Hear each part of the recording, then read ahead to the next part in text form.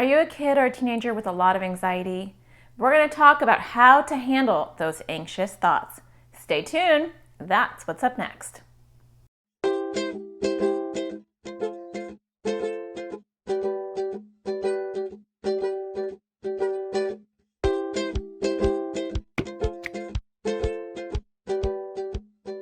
Hi, I'm Natasha Daniels. I'm a child therapist and I make videos for kids who have anxiety and OCD.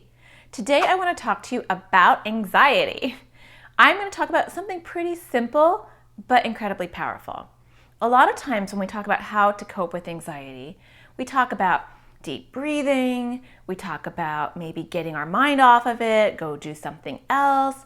We talk about yoga, we talk about oils, and those are all really good things. But the number one thing that we should work on more than anything else are our thoughts. Way too often, people come into my practice and they've seen other therapists or they've read books on anxiety, and they will tell me, Natasha, this is what I do. My toolbox is really full. I know how to breathe. I know how to do guided imagery. I know how to relax. I know how to do like some muscle relaxation. And those are really, really helpful. But until you change your thoughts, you're going to continue to have anxiety. Now, I know that's obviously not earth-shattering news, but I want to explain a little bit about how this works. Often when we have anxiety, the first thing that happens is we have a thought, an anxious thought. And if you are a kid who has anxiety, like I am an adult who has anxiety, I have to pay attention to the thoughts that are coming to me as they go. I'm a little gatekeeper of my thoughts. Yep, that one's okay. That one's okay. That one's okay. That's a what if thought. And then when I have a what if thought, what if tomorrow doesn't go well? What if there's a bad guy downstairs? What if something happens to my kids? If I have a what if thought, I'm not going to just let that come through without a little bit of a fight. So when we have an anxious thought, then we start to feel anxious. Our body starts to react because our anxiety has hit the false alarm button.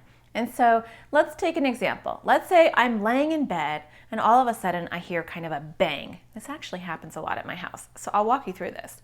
So I hear this loud noise. And so maybe I'm like kind of relaxing and I'm feeling pretty good. I'm almost in a deep sleep. And then boom, bang. So I wake up and I have a thought. Because I have anxiety, it's probably going to be an anxious thought. What was that? Says my anxiety. And then I answer it. Probably somebody's in your house. Well, that's disturbing. So now I have an anxious thought. And so my body is going to react. And it's going to say, well, that's really disturbing. And so my heart's going to start pounding. I'm going to start feeling kind of sweaty. I'm going to start to feel nervous. My legs might even feel a little shaky. And then I'm going to maybe have another anxious thought. And then another and another until I am maybe in a full-blown panic. But it started with my initial anxious thought. Now, if we take the exact same scenario, the same situation, but we analyze the thought, let me show you how that would look. Bang! What was that? We can't stop the first worry thought because that's just going to happen because if you have anxiety, you can't control your first anxious thought, but you can control everything that happens after it. So the first thought would be, what was that? Was that somebody in the house?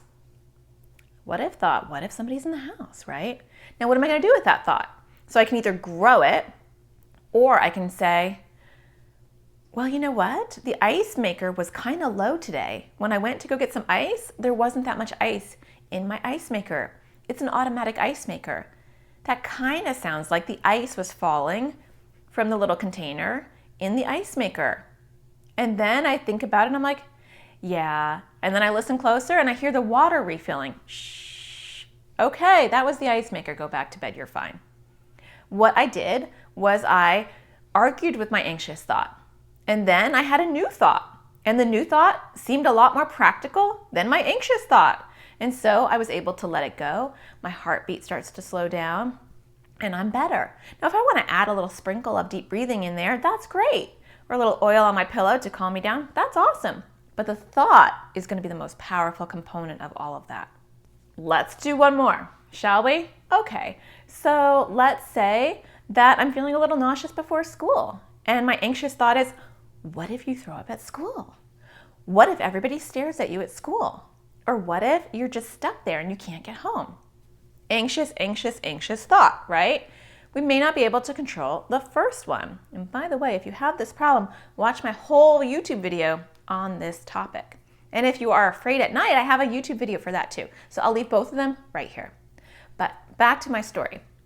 So you feel nauseous in the morning. This is a really common anxiety issue. And then your anxious thought is, what if? What if I go to school and I embarrass myself? What if I go to school and I don't feel well? My mom's not there. Whatever it is for you. What are you going to do with that thought? Are you going to grow it? Because the more now you have this anxious thought and you grow it, the worse you're going to feel. So now your stomach hurts more because you're like, oh gosh, that's so nerve-wracking. And when we are anxious, our stomach can hurt. So now you're not feeling that well. And then your next thought is, yeah, my stomach really doesn't feel well. Now I'm feeling really bad. Well, yeah, you're feeling bad because you had another anxious thought. The more you grab your anxious thoughts, the worse you're going to feel. So what are you going to do with that? You can just grow it. And so this is how this will go. Oh, I don't feel well. Yep. I'm still feeling sick. Let me pay attention. Yep, still there. I feel really sick. Oh, in my head, I can imagine all my friends being like, ew, that's so gross. I'm trying to call my mom and she won't come. And I'm like, why won't she answer? I can't go to school. And so I'm going to avoid, and avoid is the delicious meal for your anxiety. And so it's going to grow. And then the next day I'm going to have the exact same problem. Now, I can do deep breathing in the middle of all that. And maybe that will help my stomach just a little bit. But then I'm going to have a new anxious thought. What if I do that? What if that happens? And my stomach's going to hurt again because I had another anxious thought. The more anxious thoughts I have, maybe the more my stomach is going to hurt if that's how my anxiety goes. So your deep breathing isn't going to be able to help because you continue to have more anxious thoughts. Now, let's talk about that story in a positive way. So you're sitting there in the morning, you start to feel nauseous like you might do, and then boom, anxious thought. What if you go to school and you throw up, right? Can't control that one. I'm sorry, that one's going to have to come through because you can't control your first worry thought. But you can control what happens after that. So then it's like, what are you going to do? Then you argue with it and you say, if my friends make fun of me if I throw up, then they're not really my friends. So I'm not going to care. If I feel really sick, I will go to the nurse and I'll try to reset.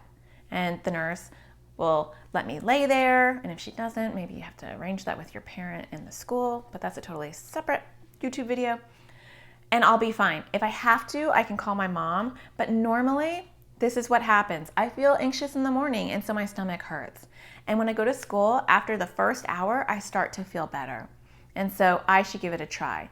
I'm going to refocus on something else until I have to go to school so I don't keep fueling my anxiety.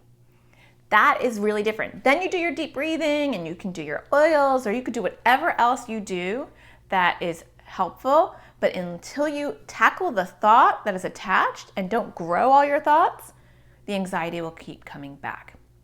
So my message for today is change your thoughts and you will change your anxiety. Simple, hard to do. Pay attention. Those two themes may not be related to you. It doesn't matter. Pay attention to what your anxiety is telling you all the time and start to change those thoughts. Even if you don't believe it at first, you want to argue with them, because if you don't, you're going to grow your anxiety. I have another YouTube video that's very similar to this, and it's called Battling Your Thoughts, I think, something about red thoughts and green thoughts. And I'll leave a link right here because it's similar. I just feel like this is such an important message that I wanted to do it again. I hope you have a great day, and I hope you find the sparkle in everything you do, and I'll talk to you next Thursday.